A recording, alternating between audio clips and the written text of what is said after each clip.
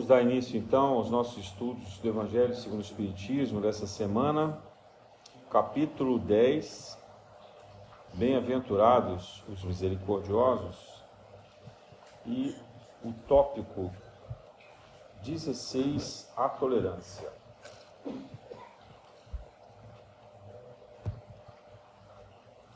Se nós pensarmos no Evangelho de Jesus sobre a tolerância, é possível que essa tenha sido a virtude mais bem exemplificada por ele. Porque constantemente ele foi questionado, ele foi perseguido, foi injustiçado, ele foi questionado constantemente. As pessoas o idolatravam, pensavam que ele era o Messias, com muita ignorância, muita dificuldade.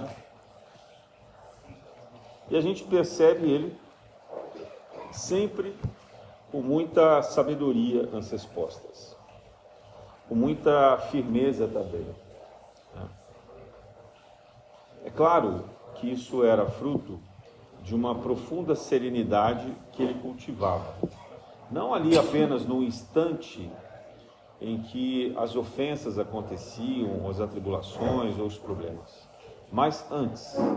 Quer dizer, ele sedimentou durante um bom tempo essa serenidade dentro dele.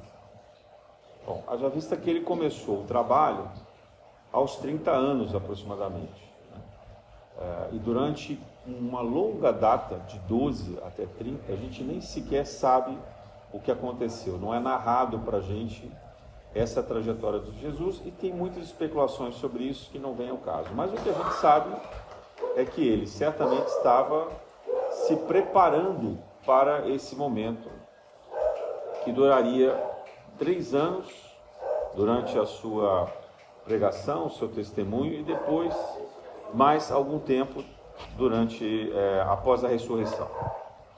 Mas o que interessa aqui para a gente é o seguinte: que tolerância é essa? Porque é difícil a gente imaginar que um espírito missionário da grandeza de Jesus, ou de qualquer outro, mas que tenha consciência, elevação moral, determinação, ter que conviver com espíritos tão atrasados como nós, principalmente os judeus daquela época, com costumes muito atrasados mesmo, né? Muito ignorantes, assim. Eles eram analfabetos ou semi-analfabetos, eram pessoas brutas, com costumes brutos, valorizavam muito a autopiedade, se sentindo constantemente perseguidos, exilados, injustiçados. Eram, ao mesmo tempo, grandes comerciantes, mas a astúcia que muitas vezes o comércio determina fazia deles também pessoas oportunistas em vários momentos. Aquilo que a gente chama no Brasil, do que é a péssima característica nossa, de querer levar vantagem em tudo, né?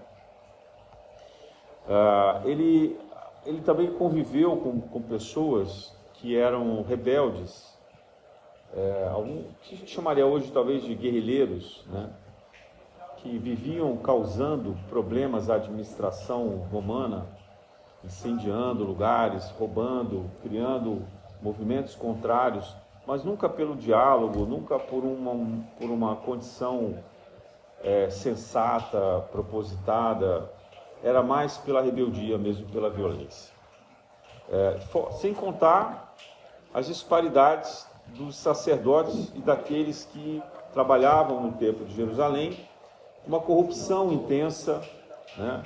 uma problemática constante de abuso, também de comércio misturado à religião, de guardar para eles somente os ensinamentos mais sagrados e dar para o povo uma interpretação que era de subserviência, de obediência servil, né? de uma obediência cega aos próprios sacerdotes, cobrando tributos, impostos, corrompendo o governador romano e assim por diante. Quer dizer, era um lugar não muito diferente do que a gente vive, não. Só que imagine um lugar menor e onde todas essas coisas acontecem ao mesmo tempo, né? A população, obviamente, era muito menor do que hoje. E, no máximo, durante a Páscoa, é que Jerusalém crescia em população cerca de 1 milhão de visitantes. O Rio de Janeiro tem, a cidade metropolitana, cerca de 10 milhões, São Paulo tem 20 milhões. Então, né, em termos populacionais, não era muito grande, mas era muito intenso, né? Isso era muito, muito forte. Então, Jesus precisava, de fato, ser um espírito tolerante. Porque ele estava muito avançado, muito mais do que nós hoje, né? Estima-se que Jesus tenha pelo menos 4 bilhões e meio a mais do que nós, que é o tempo de vida da Terra, né? As revelações nos trazem que ele ajudou a fundar o sistema solar e a desenvolver a Terra. Então ele tem bilhões e bilhões de anos, não sabemos quanto exatamente. Então, um espírito com essa envergadura, você imagina ele se sujeitar a vir para essa condição tão difícil, tão abrutalhada, tão atrasada, né? É como se nós fôssemos, de repente, convidados a estagiar de uma forma missionária em um planeta que estivesse vivendo ainda na Era das Cavernas, né? Proporcionalmente, assim. Imagina a gente ter que ter a paciência de lidar com aquelas pessoas que sequer tinham fala, né? Conhecimento, idioma, qualquer. Então, a tolerância realmente é algo muito importante. E como nós vivemos hoje numa fase de expiações e provas, o que acontece? No mesmo lugar em que a gente habita, tem espíritos mais desenvolvidos, ou mais espertos, pelo menos, e outros mais ignorantes, mais abrutalhados. E essa discrepância faz com que aqueles que são mais violentos, mais ignorantes, que lidam com a maldade sem nenhum pudor, sem nenhum receio, praticando como se estivessem convictos de estarem fazendo o correto, essas pessoas, elas são professores aplicando testes em nós, né? Por quê? Eles querem ver o quanto a gente é capaz de lidar com essas atrocidades, o quanto a gente é capaz de ser superior a eles em atitudes. Porque em termos de evolução moral não é muita coisa, mas em termos de atitudes, talvez, né? E por isso a gente precisa ter essa mesma tolerância. Então a gente precisa aqui pensar em vários exemplos de Jesus para trazer para os nossos dias também. O primeiro exemplo que me vem à cabeça é justamente quando aqueles seus apóstolos e aqueles seus discípulos olhavam para ele na esperança de que ele pudesse ser o Messias, no sentido de salvar Israel do domínio romano. Então, que Messias é esse? É um povo governante, é um revolucionário, que vai assumir o poder, montar exércitos, chamar anjos para atuar como exército, expulsar os romanos e se instituir como rei dos judeus. Então, uma parte considerável dos discípulos e dos apóstolos acreditava nisso, e seguia Jesus porque pensava que ele pudesse ser esse tipo de Messias. Quando Jesus chega em Jerusalém no domingo de Ramos, chamado hoje como domingo de Ramos, né? Na semana que antecede a Páscoa, ele é saudado por milhares de pessoas que ouviram falar que ele era o Messias. Eram, portanto, judeus de fora de Jerusalém, de fora das regiões que Jesus já havia andado, pregado, feito alguns milagres, mas que a notícia havia se espalhado de boca em boca, né? E ele, então, é falsamente idealizado como esse Messias Salvador dos judeus.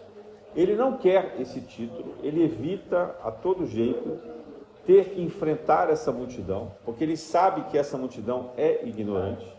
Eles não estão olhando ele com a proposta da boa nova, da fraternidade que ele traz, mas estão olhando nele a esperança de vingança, né? que ele pudesse retalhar os romanos, expulsando-os dali, e todos os outros povos, tornando Israel a pátria mais poderosa da terra. Então eles buscavam um reconhecimento e uma força terrena, né? Qualquer semelhança com os tempos atuais não é mera coincidência, né? Então, imagina a tolerância dele, né? Assim, ele vê tanto os apóstolos quanto os discípulos não entendendo o que ele está dizendo. E aí ele chega em Jerusalém, 3 anos depois, e as pessoas continuam não entendendo. Por isso que a gente vai perceber que a condenação dele, a crucificação, era inevitável. Porque ele precisava morrer na cruz, que era a pior morte, a pior condenação possível, a mais dolorosa de todas, a mais humilhante, para que, de alguma forma, as pessoas se sensibilizassem pelo fenômeno. Dizer, caramba, aquele homem estava aqui, eu vi ele morrer, e agora ele está vivo, ele ressuscitou.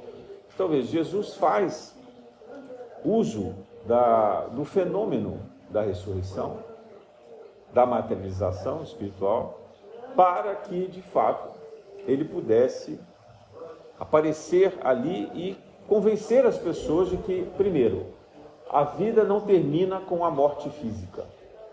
Então, a vida continua. Segundo, há muitas moradas na casa do Pai Abá, que Jesus chamava, que era paizinho, né? De Deus Criador. Muitas moradas significam, não tem só a terra, e não tem só isso aqui que a gente vê na terra, são várias dimensões.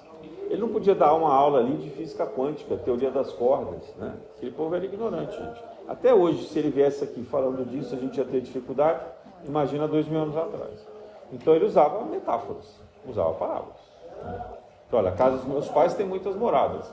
Moradas, e olha, tem vários planetas aí habitados e tem várias dimensões, vários universos, inclusive.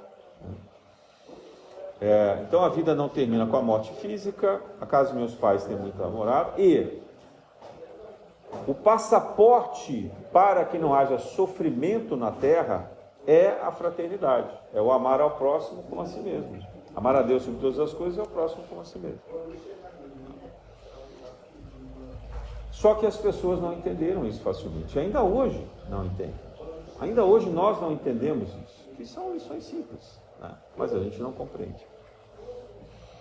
Então a tolerância dele significava, ia a tal ponto dele ter que aceitar tudo o que essas pessoas diziam, tentar explicar de alguma forma, mas sabendo que eles não seriam capazes, e se sujeitar às consequências deles perceberem que ele não iria chamar os exércitos, não iria instaurar na terra nenhum reino específico e não iria derrubar o governo romano.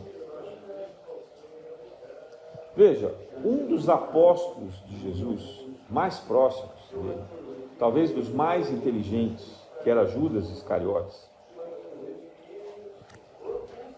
entregou Jesus para os sacerdotes,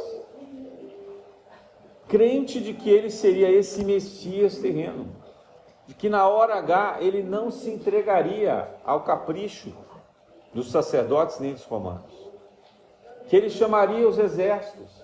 Judas estava querendo acelerar, botar fogo na fogueira. Ele disse, Jesus já deu tempo, está na hora, você tem que aí chamar seus anjos, está todo mundo esperando, já tem aí um exército pronto para te ajudar, diz o que você quer que a gente faça. Não foi só Judas que pensou dessa forma, tá? Judas foi aquele que agiu, né? Tanto que os apóstolos e os discípulos, na hora que Jesus foi preso, desapareceram. Você só achava João do lado de Maria, o resto sumiu, com medo de serem presos também, com medo de serem mortos. Então era tudo da boca para fora, típico de nós, né?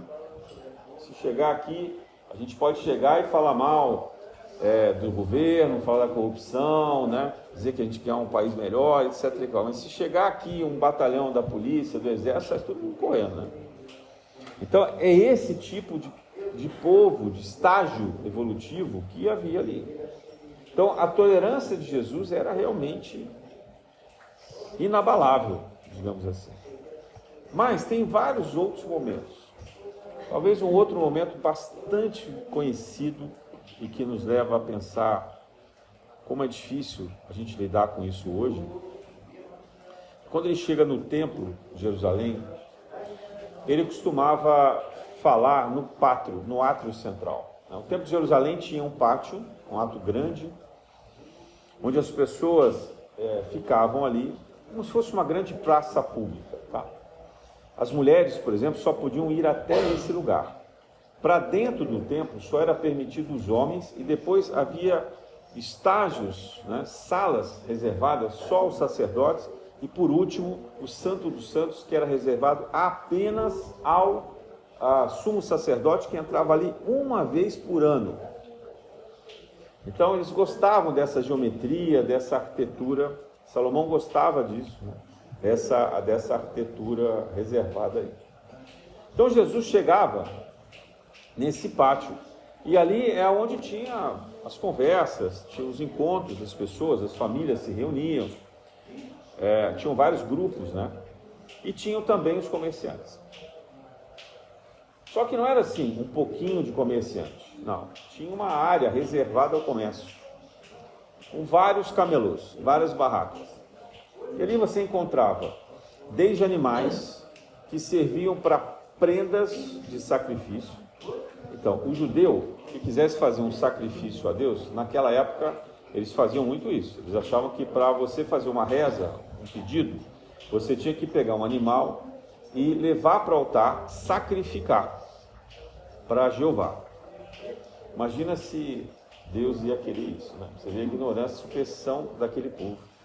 E ainda hoje, porque a gente vê várias casas, até algumas que se dizem espíritas, que não tem nada de espiritismo, mas que praticam esse tipo de magia, né? Sacrificando animais, levando oferendas, etc. Cada um no seu tempo de evolução. Mas a gente está falando aqui da paciência e da tolerância de Jesus. Então, olha o esquema dos sacerdotes do templo. Eles só podiam, eles autorizavam pessoas que eram os comerciantes dali, ou seja, nenhum outro comerciante podia ir lá vender coisas se não fosse autorizado pelos sacerdotes. O que significa ser autorizado? Significa você fazer um cadastro e pagar uma comissão. Então, o templo ganhava uma comissão dos animais que eram vendidos ali. Esses animais, eles eram classificados conforme o pedido. Então, se você quer uma coisinha leve, né, você fala assim, estou com uma dor de cabeça, não passa. Então, compra ali 2 pombinhos, que é mais baratinho, vai lá, faz a oferenda que vai passar. Agora, se você quer um casamento maravilhoso para sua filha, com um príncipe estrangeiro e tal, aí você tem que dar um boi inteiro. Entende a diferença que eu estou falando? Você quer se curar de uma doença difícil, tem que dar lá. E era muito comum eles usarem carneiros para isso, etc. Bom, eram animais, né? E tem preços. Então, assim, quanto maior a dificuldade da pessoa, ao invés dela ser mais acolhida e amparada, ela era mais abusada ainda. Né? E o coitado do pobre, porque o pobre não podia ter pedido grande, que não ia adiantar que ele não tinha dinheiro para pagar o animal. Mas acontecia de vez em quando de o judeu trazer os seus animais. Ele vinha de longe, trazia o animal e falou, não vou comprar lá um tempo que é muito caro, então eu vou pegar o meu, da minha chácara ali, do meu quintal, para levar. Quando ele entrava no templo, os soldados do templo não deixavam ele passar com o animal. Ele não podia usar o próprio animal. Me diz aonde está isso na Bíblia, gente. Eles não podiam usar o próprio animal. Por quê? Porque eles queriam ganhar dinheiro em cima do coitado. Bom, além do comércio de animais, havia também câmbio, porque muitos daqueles que chegavam a Jerusalém vinham ali para fazer negócios. E a moeda principal de Jerusalém era a moeda do templo. Eles podiam negociar fora do templo, na cidade de Jerusalém, eles podiam negociar com a moeda grega, a moeda fenícia, né, onde hoje é ali o Líbano, a Síria, podiam negociar com outras moedas. Mas, Os sacerdotes fiscalizavam, e principalmente dentro do templo era proibido. Então o que eles tinham que fazer? Eles tinham que trocar a moeda. Então tinha uma barraca de câmbio. Alguém de vocês já comprou dinheiro estrangeiro? Sabe como é que funciona? Você compra a moeda, vamos dizer que seja R$100 que você vai pagar, né? Para cada $1, sei lá, você vai pagar R$100, como se fosse assim. Aí você compra 100, mas na hora que se sobrar da viagem, você quiser vender, você vende a 90. Eles pagam só 90 para você. Então, no 100 que você ganha, já tem dinheiro. E quando você vai vender a sobra, você perde dinheiro de novo, 2 vezes. Essa é a regra do mundo, gente, desde aquela época. E o templo ganhava ainda mais uma comissão sobre isso. Então, o templo também ganhava dinheiro sobre o dinheiro. Fora isso, eles cobravam impostos. Eles cobravam, a gente pode chamar de dízimo hoje, mas todo judeu pagava imposto, pagava dízimo para eles. E você tinha outras barracas, como se fosse hoje. Hoje a gente não tem, eles não tinham santo imagem porque eles não cultuavam isso, mas hoje a gente não tem um monte de apetrechos assim que a gente vê, né? Quem já foi ali à Basílica de Aparecida vai ver que tem um monte de lembrancinha, né? Uhum. Então eles tinham também um monte de lembrancinha no tempo, né? Utensílios, etc. Então, quando Jesus vê isso, e ele percebe que nenhum desses vendedores, desses comerciantes, estava ali pelo templo, pelo sagrado, pela dedicação à fé, ou ao cuidado com o outro, de buscar fazer o bem, eles não estavam fazendo isso porque eles tinham fé, eles faziam isso porque eles queriam ganhar dinheiro, isso era a profissão, gente. Eles emprestavam dinheiro, eles eram banqueiros também, né? Então, Jesus realmente fica muito revoltado com isso. Revoltado, não sei se é a palavra certa, talvez ele fique muito triste com isso, né?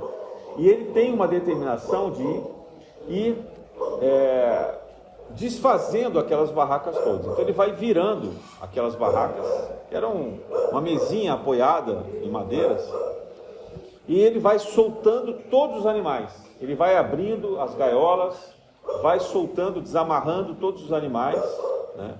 E vai dando bronca em todas aquelas pessoas. Os comerciantes ficam tão assustados, e as pessoas também, porque nunca viram Jesus agir dessa maneira, que eles acabam não reagindo, não conseguindo fazer nada. Jesus faz aquilo tudo. Nem os soldados do templo conseguiram reagir. A força moral de Jesus era tão grande, tão forte, que ninguém conseguiria reagir nisso. Ele não agiu com violência, ele agiu com firmeza, com determinação, né? Então, a tolerância dele tinha alguns limites diante do abuso e da maldade praticada por aquelas pessoas. A gente pensa assim, não, Jesus, ele aceita o mal e a gente tem que ficar quieto, dar a outra face. Não é bem assim, tem que tentar entender a situação, né? Então, a tolerância dele também tem limites, mas não contra ele. Contra ele, ele aceita todas as maldades. Mas contra os outros e contra os animais, aí ele é capaz de uma força, de uma ação mais enérgica, né? Depois a gente vê Jesus agindo também com tolerância. Há vários comportamentos desregrados. Então, por exemplo, ele é encontrado com certa frequência entre os publicanos. Quem são publicanos? Publicanos são cobradores de impostos. Eram judeus que trabalhavam para os romanos, cobrando taxas, né? Fazendo com que os romanos recebessem dinheiro, também um dízimo, uma espécie de dízimo, para Roma. O judeu tinha que pagar 2 tipos de impostos: os impostos para o templo de Jerusalém e os impostos para os romanos. Por isso que eles ficavam furiosos com os romanos. Eles achavam até que para o templo era sagrado, então eles pagavam, mas para os romanos eles não queriam pagar. Só que os romanos não eram tão malzinhos assim como a história conta, porque quando Roma invadia um território, eles cobravam sim impostos, mas eles levavam melhorias, né? Por exemplo, Pilatos construiu um aqueduto, água, para a colina aonde ficava o templo de Jerusalém. Porque a cidade de Jerusalém era no alto, mas no alto não tem água, gente. Então você tem que pegar a água lá de baixo e fazer ela subir. Roma tinha essa tecnologia, eram os aquedutos. Quem já foi aqui nos Arcos da Lapa, aquilo era um aqueduto, antigamente, né? Para levar para Santa Teresa. Então, os romanos policiavam as estradas, construíam estradas. Roma foi famosa pelas estradas. Roma fez muitas e muitas estradas em todos os lugares que eles dominavam. E eram estradas melhores do que as que a gente faz hoje no Brasil, tá? Eram estradas com uma engenharia extremamente avançada. Extremamente avançada. Roma levava educação, então tinha uma série de coisas ali. Mas eles eram também evoluídos naquele estágio de 2000 anos atrás. Eram violentos, truculentos, não pediam permissão, iam lá, faziam e exigiam a disciplina e o respeito às leis romanas. Mas Roma tinha uma característica interessante. Eles não obrigavam, por exemplo, que os povos dominados seguissem os costumes romanos. Eles aceitavam que cada povo dominado mantivesse as suas tradições. Por isso que ainda era mantido o Templo de Jerusalém. Por isso que Pilatos, quando recebe Jesus ali com Caifás, ele diz: olha, mas isso é um problema de vocês. Isso não é um problema de Roma, né? E Caifás tem que maldosamente construir a ideia de que, na verdade, Jesus, sendo aclamado o rei dos judeus, ele comprometia o poder de Tibério, César. Então, era uma questão de Roma, não era uma questão ali da Judéia, né? Mas tudo isso era artifício. Então, Jesus tinha que lidar com essas circunstâncias todas. E, num determinado momento, ele estava ali em Jerusalém, pregando, né, falando as suas palavras, os seus ensinamentos, e curando algumas doenças. E um dos sacerdotes se aproxima dele, os fariseus, sempre ali cutucando, né? Jesus, você é a favor de que se dê tributos a César? Imagina, ele estava ali no centro de Jerusalém, rodeado de soldados romanos. Você acha que é por acaso essa pergunta do sacerdote? Claro que não, né? Porque se ele falasse, não, claro, o judeu não tem que pagar tributo a César, os soldados já iam pegar ele ali e dizer: ó, você está pregando contra Roma, vai ser preso. Jesus não queria se meter na política, porque ele sabia que aquilo tudo era transitório, e aquilo tudo tinha uma função até pedagógica para a educação dos judeus naquela época. Então, o que ele diz? Você tem uma moeda de Roma aí? Aí o cara mostra a moeda e fala: tem. Qual é a figura que está nessa moeda? As moedas, como hoje, elas eram cunhadas, né? Você tinha o valor e tinha o rosto de César, do imperador. Então eles falam: é Tibério. Ele foi então dar a César, ou a Tibério, o que é de César. Essa moeda não é espiritual. E aí o sacerdote se cala. Então Jesus também lidava com a tolerância através da inteligência, né? Ele sabia usar o argumento na hora correta, sem se exaltar, mas usando corretamente o argumento para desmontar essas armadilhas, digamos assim, que eram criadas para ele. Mas ele era muito comum ser encontrado com os publicanos, eu falava disso. Então, os publicanos, eles eram as pessoas judeus que conheciam outros judeus, que, portanto, eles eram meio dedo duros, meio X9. Eles faziam listagens de pessoas, de famílias que moravam naquelas cidades, nos vilarejos, para dizer a César quanto mais ou menos eles ganhavam, porque eles sabiam: ó, esse aqui é agricultor, aquele ali é pecuarista, esse aqui é marceneiro, o outro lá é construtor, pedreiro, né? Então ele sabia mais ou menos, outro é pescador, e eles iam determinando o valor dos impostos. Então vocês acham que eles eram queridos entre os outros judeus? Eles eram odiados. Quando Jesus é visto no meio dos publicanos, os apóstolos, os outros seguidores ficam enfurecidos. Jesus, mas os publicanos, você foi escolher a pior coisa que tem entre os judeus. É melhor você ir ficar com os romanos do que você ficar com os publicanos, que são traidores. E, no entanto, Jesus não só gostava, se dava bem, ele compreendia aquela situação. Eles estavam tão enganados, os publicanos, quanto os demais. Eles estavam também correndo atrás de segurança que Roma oferecia para eles e da riqueza, de ganhar um valor maior do que eles poderiam obter de outra maneira. E havia muitos outros judeus que se vendiam aos sacerdotes, ao templo. Então não é porque eles eram chamados de publicanos que os outros todos eram santos. Jesus entende isso. E ele diz, olha, eu vim atrás daqueles que precisam de mim. Não daqueles que já estão salvos, não daqueles que já estão resolvidos. Esses aí é que precisam de mim. Então ele era frequentemente encontrado com os publicanos. Um deles é Mateus, que era chamado Levi, e que virou apóstolo também. Depois escreveu o Evangelho de Jesus. Mas há vários outros publicanos, pelo que você tem notícia, que passaram a seguir Jesus. Ele diz, vá, se desfaça aí desse dinheiro que você arrecadou de uma forma corrupta, injusta, e dá tudo aos pobres e me segue. Jesus também era encontrado entre as mulheres excluídas da sociedade. E aqui a gente tem as prostitutas, a gente tem as viúvas, as mulheres divorciadas ou abandonadas pelos maridos, aquelas que estavam muito idosas, que ninguém queria cuidar, e assim por diante. Então Jesus também é visto entre essas mulheres, e principalmente aquelas mais excluídas da sociedade, ele também era muito criticado.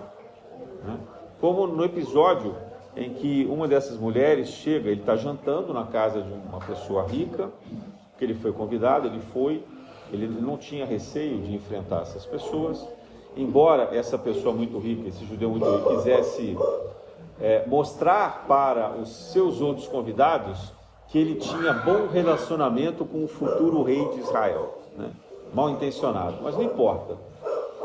Então ele vai à casa desse homem muito rico, judeu, e o homem não estava preocupado com Jesus, ele só queria mostrar Jesus como se fosse um troféu. E ele se esquece que deveria ter feito as abluções. Todos os convidados, quando chegam nas casas dos judeus, eles recebem ali uma vasilha de água, uma toalha, para que eles possam fazer as abluções. Ou seja, eles vêm de sandália, vêm descalço da rua. Eles têm que lavar o rosto, lavar as mãos, lavar os pés. E quando a pessoa é rica, ela põe os servos para fazer isso. Então ele tem servo. Então Jesus chega ali, ninguém oferece nada, ele vai e se senta onde é determinado que ele ficasse, e de repente entra no meio deles uma mulher com um jarro de perfume, de óleos essenciais, muito caros, de cardo, que é uma planta muito rara e cara, perfumada. E ela se ajoelha aos pés de Jesus e começa a chorar. Começa a chorar copiosamente. E os apóstolos ficam sem saber o que fazer, porque ela era uma dessas mulheres excluídas da sociedade. Talvez uma prostituta, uma viúva abandonada, uma mulher divorciada, não importa. Ela era uma dessas mulheres excluídas e que não tinha sido convidada. Então ela começa a chorar copiosamente. Enquanto ela chora, ela lava os pés de Jesus. E aí, de tanto chorar, os pés dele de fato ficam limpos. O que ela faz? Ela pega aquele óleo de cardo que era invejado por todas as pessoas. Era muito raro alguém ter isso, eram só os poderosos que tinham, e mesmo assim eles usavam em ocasiões muito especiais.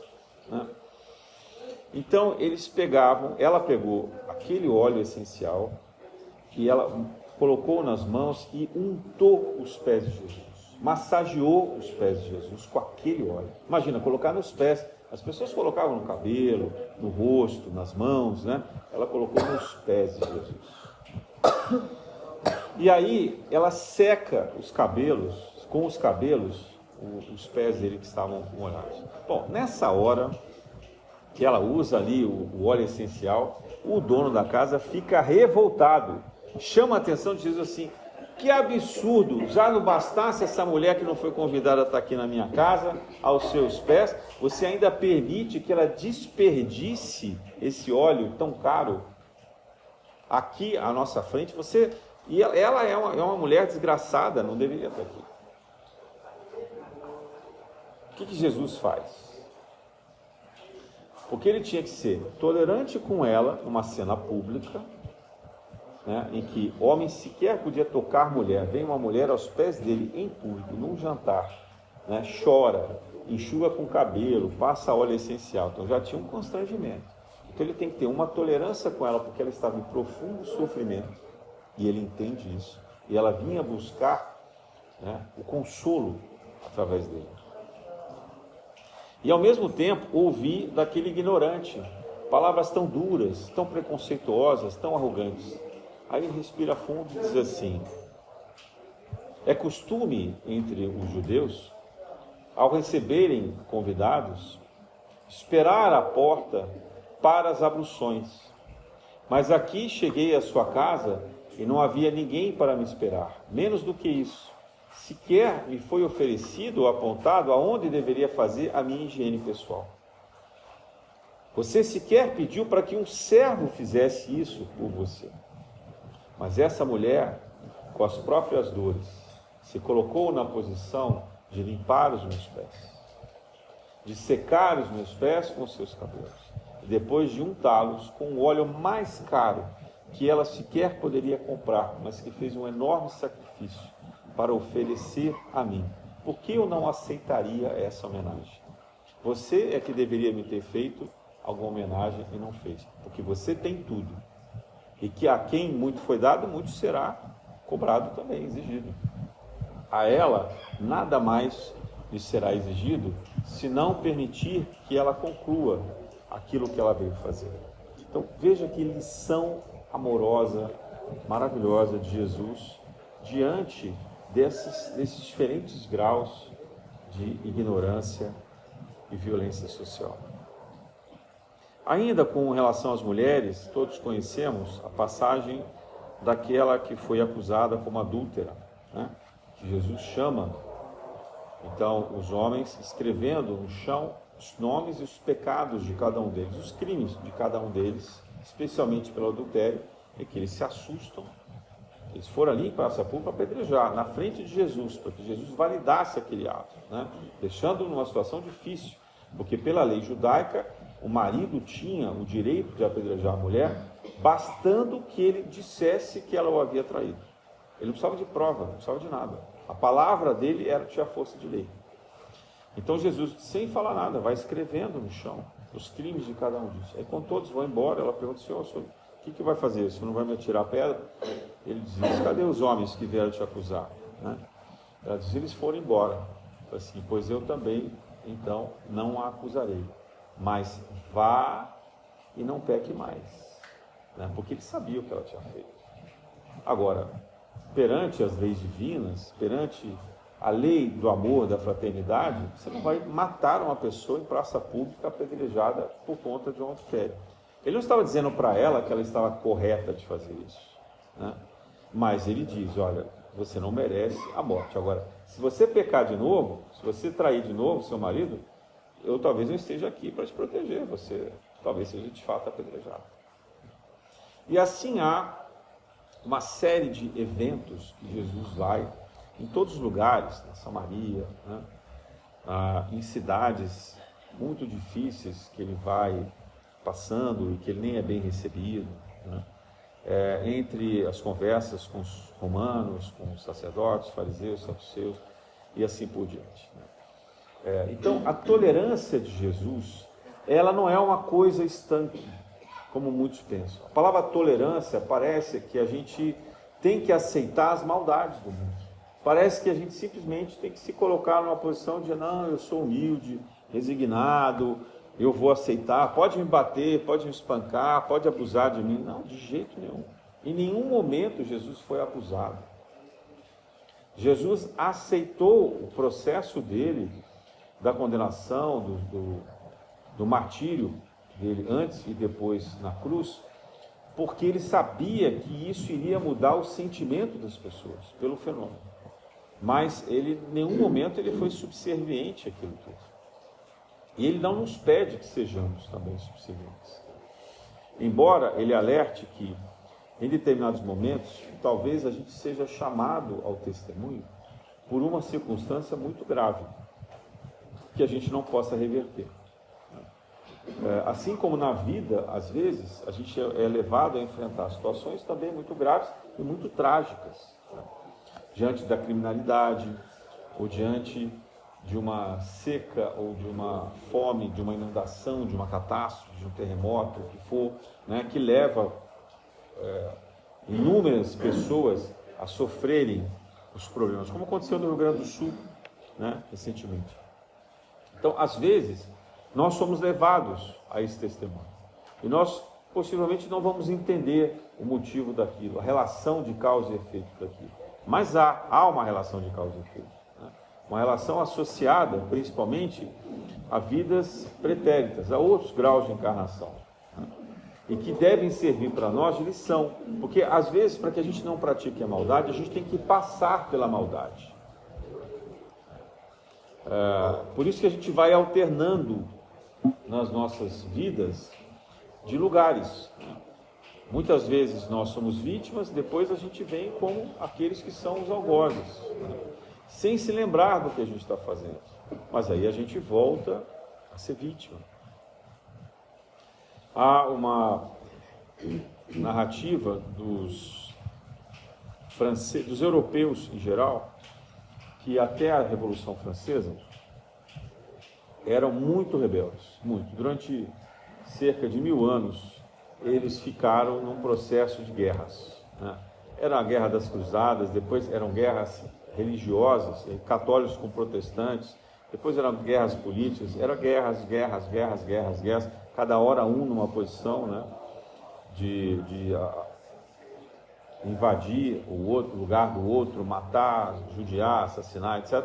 E depois ele, na outra encarnação, invertendo a posição e por aí afora. Então o Espírito São Luís pede a Jesus que esses rebeldes pudessem ser retirados da Europa, especialmente da França, durante a Revolução Francesa, porque ele não via mais como arrumar a Europa e a nação francesa com esse espírito reencarnando ali, porque não adiantava, já estavam ali há anos e anos e anos, encarnações, eles não aprendiam. Então era melhor tirar eles aí daquele lugar e estabelecer uma forma de aprendizado diferente. Jesus então determina que eles sejam transferidos na encarnação seguinte para a África. Eles nascem na África para serem escravizados, primeiro pelos próprios negros africanos, depois vendidos por esses negros aos portugueses, aos ingleses, aos americanos e assim sucessivamente, né?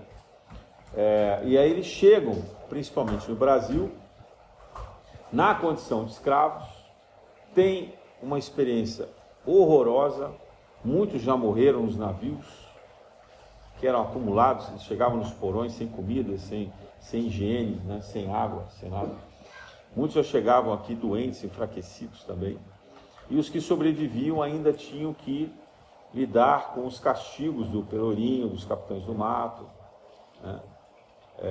Com todas as fome, trabalho forçado, de sol a sol, por aí afora.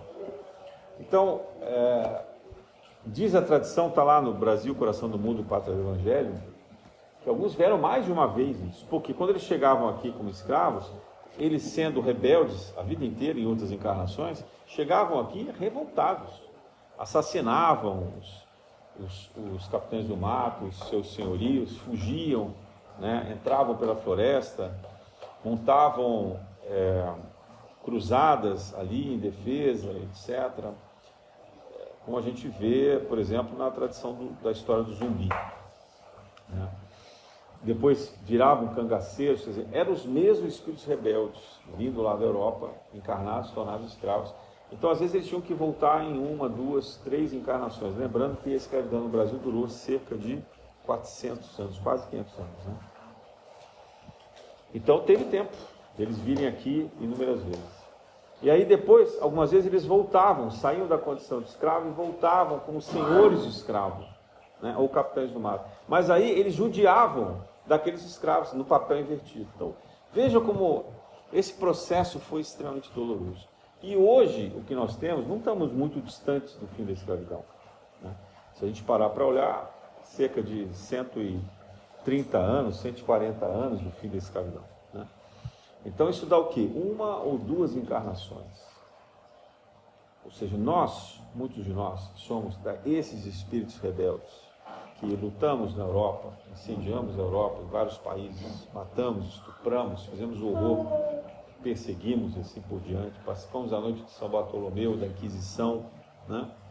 E viemos então para a África na condição de negros escravos, depois sobrevivemos no Brasil ou em outros países da América Latina, trabalhando ainda como escravos e invertendo, né, os papéis, aprendendo, evoluindo aos poucos. Por isso que as casas espíritas, as casas de Umbanda têm tantos pretos velhos, tem tantos caboclos, tantos exus, né, para que possa aos poucos ir se acalmando. Alguns de nós viemos também como indígenas, mas aqueles que foram também perseguidos, massacrados, escravizados, assim por diante.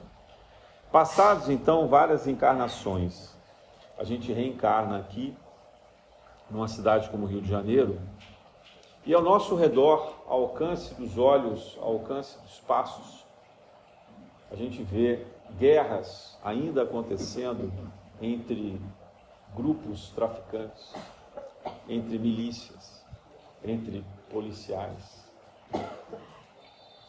Esses mesmos espíritos são aqueles ainda que não aprenderam a lição. A gente aprendeu alguma lição. Nós ainda somos muito imperfeitos, mas talvez a vontade de lidar melhor com isso fez com que a gente se tornasse menos violento, não menos reclamão, porque se tem um grupo que reclama muito é o espírito, é verdade, Marcos? Nunca está satisfeito com nada, né? Mas a gente tem ainda essa rebeldia um pouco mais adormecida. A rebeldia que a gente faz hoje é daquela de não concordar muito com as regras, de não prestar muita atenção nos conselhos dos espíritos, de achar que dá para barganhar com Deus. A gente vai lá, comete um monte de besteira, né, de barbaridade, mas acha que dá para negociar, faz aí também uma oferenda, pede um trabalho, pede desculpa e assim por diante. Mas a gente já deu um passo um pouquinho adiante. Esses nossos vizinhos ainda não despertaram. E qual é a visão que nós temos deles? Demônios, malditos, ignorantes, embrutecidos, todos devem morrer mesmo nessa guerra, vão para a cadeia, não é assim que a gente fala? E tem alguns que se tornaram, entre aspas, até mais civilizados, que ao invés de habitar esses lugares onde os tiroteios e a droga correm solto, eles habitam aonde? O Congresso, né? A Câmara dos Vereadores, o Senado Federal, os palácios públicos, os governos, o Poder Judiciário. Será que eles são mais evoluídos? Ou será que eles continuam sendo rebeldes, aplicando leis severas para os mais injustiçados, para aqueles que não têm condição de contratar excelentes advogados, que conseguem manipular os processos judiciais, postergar as decisões, usar de grandes discursos para inocentar criminosos, muito mais criminosos até do que esses que comercializam a droga e se veem desde criança nessa batalha de armas e balas perdidas. Então, nós não somos melhores do que eles, mas nós estamos aqui para dar o testemunho da tolerância para com eles, para ter compaixão por essas pessoas, porque nós não podemos julgar nenhuma delas. Nós fizemos provavelmente pior do que elas fazem hoje. Se a gente é hoje cidadão de um país corrupto e injusto, é porque nós já fomos muito mais corruptos e praticamos mais injustiça do que essas que nós vivenciamos hoje. Não adianta reclamar da aposentadoria baixa, não adianta reclamar do SUS, não adianta reclamar dos impostos, não adianta reclamar que a gente não tem privilégios como várias outras classes sociais e políticas têm, porque nós somos aqueles nobres europeus que não soubemos fazer o que era correto. Nós somos aqueles que eram estudados e tinham tudo para levar a paz à Europa, a fraternidade, estabelecer ali um continente que evoluiria pelo amor e pelo conhecimento. Mas nós falhamos gravemente. Então nós estamos aqui passando por isso, tendo que conviver com essa violência muito mais bruta, muito mais severa, com essa corrupção permanente. E agora, com esse estado de guerra mundial que a gente vive. Por quê? Porque nós não aprendemos no amor. Nós estamos tendo que aprender na dor. Nós somos ainda rebeldes demais. Então, a tolerância, ela vem para mostrar um sentido de esclarecimento sobre as circunstâncias, de correlação de causas e efeitos, e principalmente estabelecer em nós uma firmeza moral, uma conduta ética, dando o exemplo, por mais tentador que seja, né? Puxa, levaram o meu celular, roubaram, agora como é que eu vou fazer? Vai lá no shopping, custa mais de, 2, 3, 10 mil reais. Então o que você vai fazer? Não, mas eu conheço aqui, olha, tem uma pessoa que vende por 500 reais. Claro, né? Porque é um celular roubado. Então, se a gente cai nessas armadilhas, se a gente dá essas escorregadas, né, a gente não está dando testemunho nenhum de ética. A gente está sendo que nem aqueles comerciantes ali do Templo de Jerusalém. É difícil para nós. É difícil, porque muitas vezes a gente precisa das coisas, precisa até de remédios, e a gente não pode dispor disso nas condições normais, a gente acaba recorrendo ao caminho criminoso, achando que não é criminoso, né? Eu falo sempre aqui como me impressiona a sujeira, né, a maneira como os moradores do nosso bairro dispõem o lixo na rua, fora dos dias, etc. Gente, se nós estamos vivendo nessa lixeira pública, aberta, né? Por quê? Porque nós sujamos, né? Alguém já viu como eram os palácios na Idade Média? Né? Como que as pessoas usavam? Vocês sabiam que havia uma cadeira furada e as pessoas faziam cocô e xixi ali na frente de todo mundo, né? E vinha um servo, um escravo para recolher e levar embora? Esse é um abuso, né, que a gente proporcionava. As ruas cheias de lama, os esgotos a céu aberto. Mas a gente tinha capacidade de mudar isso, a gente teve poder para isso, a gente não fez. Então agora a gente tem que lidar, como consequência, com essa sujeira pública. Com os vários dias que o serviço de limpeza da Conlube não passa, né, e vai acumulando. Então isso é um fator que a gente pode dizer assim, kármico, mas não é kármico como punição, é como lição, dizer, ó, aprenda a ser limpo, aprenda a ser honesto, aprenda a ser correto na sua vida. Pare de olhar para o lado, o cisco do olho dos outros, olha a trave que está na sua cara, né? Eu conheça-te a ti mesmo, sabe? Olhe para si mesmo. Eu gostaria muito que tivesse um aparelhinho desses que a gente põe no pulso, né, leva no bolso, e que pudesse olhar para a gente todos os nossos comportamentos morais. Ao invés de ficar fazendo batimento cardíaco, saber se a gente deu quantos passos, etc., precisava, né, mandar notificação, não. Que ele ficasse acompanhando as nossas escolhas durante o dia. Aí chegasse no final do dia, você fosse abrir um balanço para você ver se atingiu a sua meta. Que nem você faz com esse relógio aí, né? Assim, olha, será que eu consegui sorrir mais? Será que eu fui mais bondoso, mais empático, mais compassivo?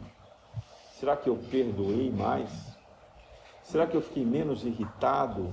Será que eu falei menos besteira? Será que eu consegui comer menos do que eu devia? Né? Um pouquinho menos.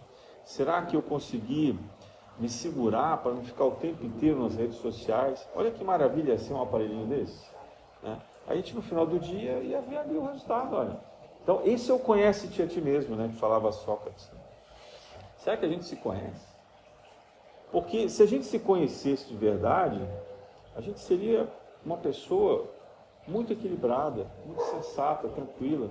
A gente teria menos ambições. Ambições no sentido da ganância, do poder, né, da riqueza em excesso. Não que haja qualquer problema no dinheiro. Jesus nunca falou mal de dinheiro, e eu fiz questão de ressaltar que ele estava entre os pobres e os ricos. Ele nunca viu problema no dinheiro. O problema está em como se usa o dinheiro. Que fim se dá a isso? Né? O dinheiro é uma coisa maravilhosa quando ele serve para distribuir, proporcionar recursos, educação, proporcionar condições de viagem, né? De você conhecer outros lugares, se transportar de uma forma digna, viver confortavelmente, com segurança e etc. Ótimo. Né? Mas quando o dinheiro nos faz escravos, então aí a nossa tolerância aos nossos próprios atos é muito grande. Né? Na verdade, isso não é tolerância nenhuma. A gente é muito condescendente com a gente mesmo. A gente tende a cobrar demais os outros, mas é muito condescendente com os próprios erros. Então, a tolerância para conosco, ela tem que ter um sentido inverso. A gente não pode ter muita tolerância com os nossos erros, não. A gente tem que ser capaz de se cobrar, de se transformar, de exigir uma determinação naquilo que a gente espera. Porque nós viemos aqui para sermos felizes, mas não para sermos bobos, não para ficar reiterando maldades, besteiras, escolhas que só nos levam para a maior desgraça. Nós temos que construir a tolerância com aquilo que vem do outro, de fora, para que não nos incomode, para que não interfira em nós, para que a gente seja de fato capaz de suportar os males e saber lidar com inteligência nas respostas e firmeza moral perante esses males, dando o nosso testemunho, se for o caso, ir a campo, para combater a injustiça, como Jesus fez no tempo de Jerusalém. Mas, em relação a gente precisa ser mais duro, mais reflexivo. Sabendo que a gente erra, mas ainda assim mais exigente, a gente está muito acomodado. Nós somos conhecidos na espiritualidade como a geração de espíritos preguiçosos. Nós somos os trabalhadores da última hora, gente. A gente não quis trabalhar antes. Nós estamos enrolando há 2000 anos. É muito tempo. Mas agora vai o racha, né? Então, esse é o convite, sabe, que o Espiritismo, através do Evangelho segundo o Espiritismo, e principalmente do Evangelho de Jesus, né, que Kardec nos traz. Que tolerância é essa?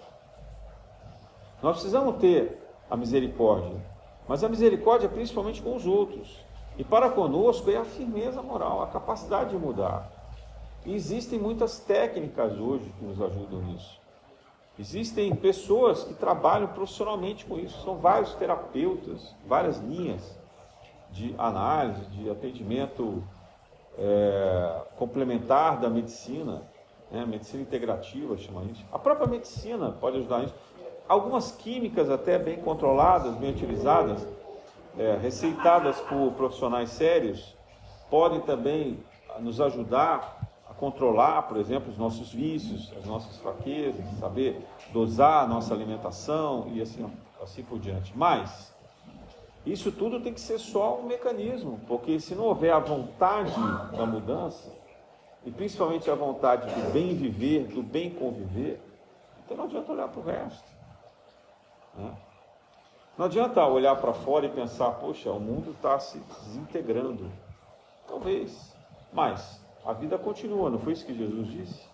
Então, mesmo que o mundo se desintegrasse, mesmo que viesse uma terceira guerra mundial, ou mesmo que acontecesse uma grande catástrofe, eu tenho uma grande certeza, eu não vou morrer, e vocês também não. O meu corpo vai morrer. Esse corpo aqui, infelizmente, ele tem um tempo de duração, né? Mas a vida vai continuar.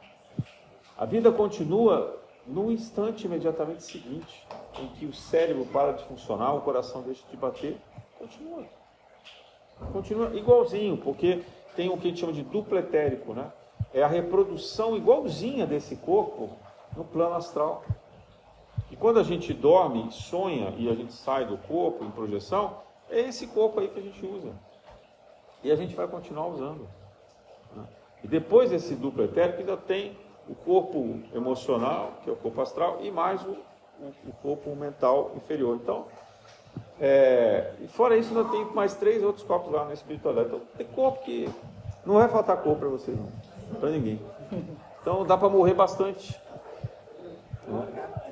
Então, essa coisa da gente ter o apego a essa identidade, porque nós hoje temos uma identidade, a gente traz um nome, um gênero, né? Então, masculino, feminino, né? Homem e mulher, A gente traz uma ligação forte com a família, os nossos progenitores, pai e mãe, os antepassados, né? Avós, avós, bisavós, etc. A família próxima ali, dos irmãos, primos, depois os filhos, descendentes e assim por diante. Mas até isso vai passar, porque essa família não é a nossa família espiritual. Essa é a família da prova que a gente veio passar aqui, do testemunho. A família que a gente tem que ter a tolerância, a família que a gente tem que saber lidar com ela, né? E a gente tem que, e eles têm que saber lidar com a gente. Então, a tolerância de não brigar demais, sabe? De não ser o chato demais da família, né? E nas relações também, de não ser tão chato assim, né? De aceitar mais a característica do outro. Por que a gente quer controlar o outro, impor para o outro quais são as vontades?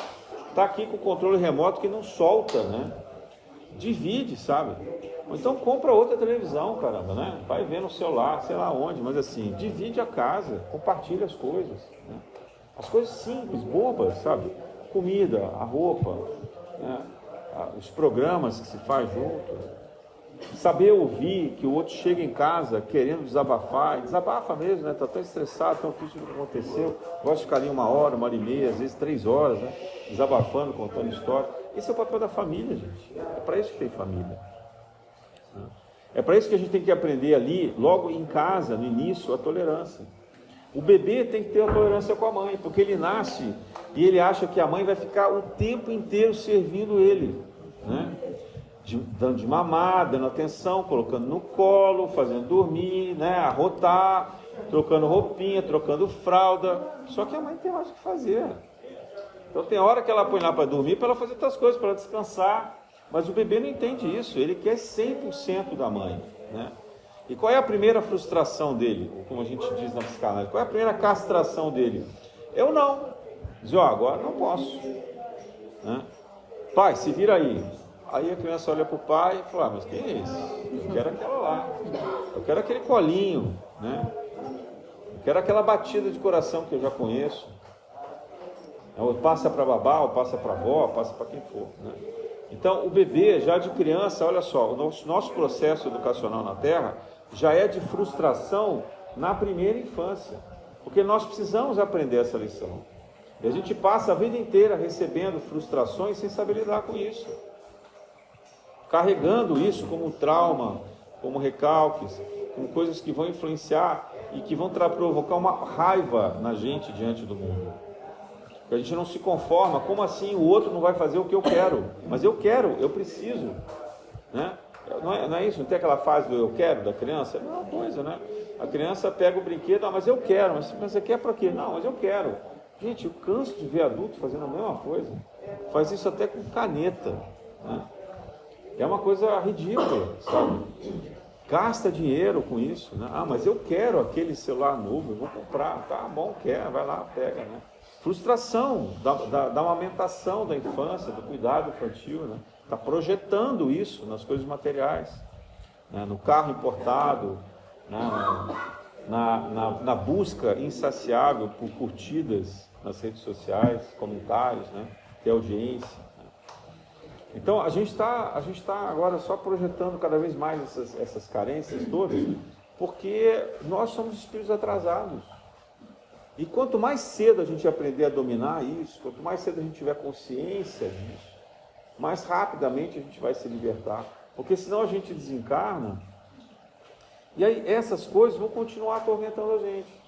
E aí a gente é levado para um lugar legal, fala assim, olha que legal esse lugar aqui, maravilhoso, né? Olha aqui, tem música, tem paisagem, as pessoas convivem bem. Aí fala assim, pô, mas não tem uma festinha não vai rolar um funk?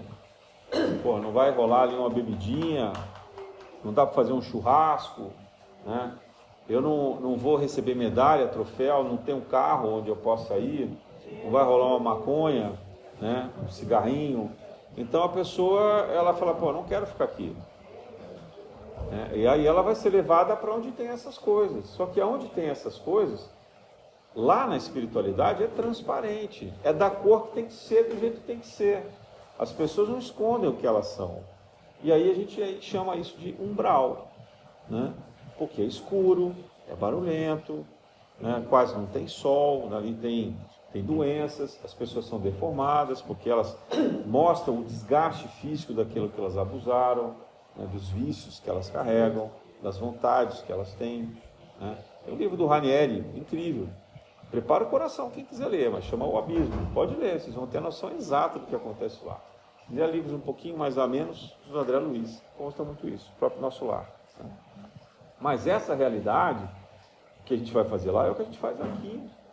Então a gente precisa ter disciplina, a gente precisa aprender a sofisticar o nosso gosto, aprender a apreciar a arte, a ciência, a cultura, a literatura, aprender a fazer o bem, aprender a gostar de ajudar os outros, ter prazer em sorrir quando está com alguém, a tolerar, sabe, aquele jeitinho estranho que cansa a gente, que o outro às vezes abusa e faz, mas que a gente está ali na família, não tem muito como se livrar.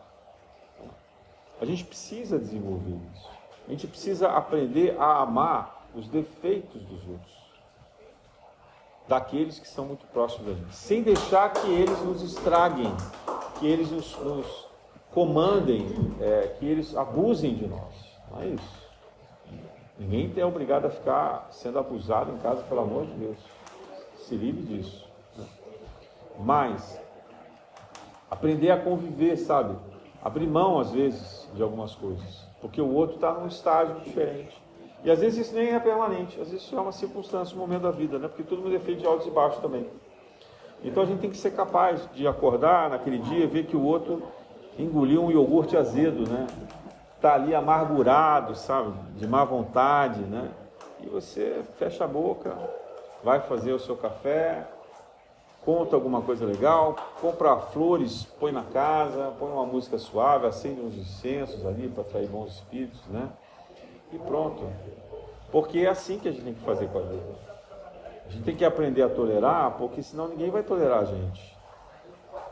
E a gente tem que aprender a cobrar melhor da gente, aprendendo com o conheça-te a ti mesmo. Tá? Então, que os espíritos possam nos ajudar nesse caminho da compreensão, da tolerância, da paciência, da serenidade, para que a gente, partindo dessa vida, chegue a um patamar melhor e não precise voltar para essa condição de expiações e provas, né? Não precisa ser vizinho de tanta violência, não precisa ter que compartilhar de tanto sofrimento, de tanta doença. A gente aos poucos possa ir evoluindo para planos mais superiores, mais saudáveis, de maior fraternidade. Na graça de Deus.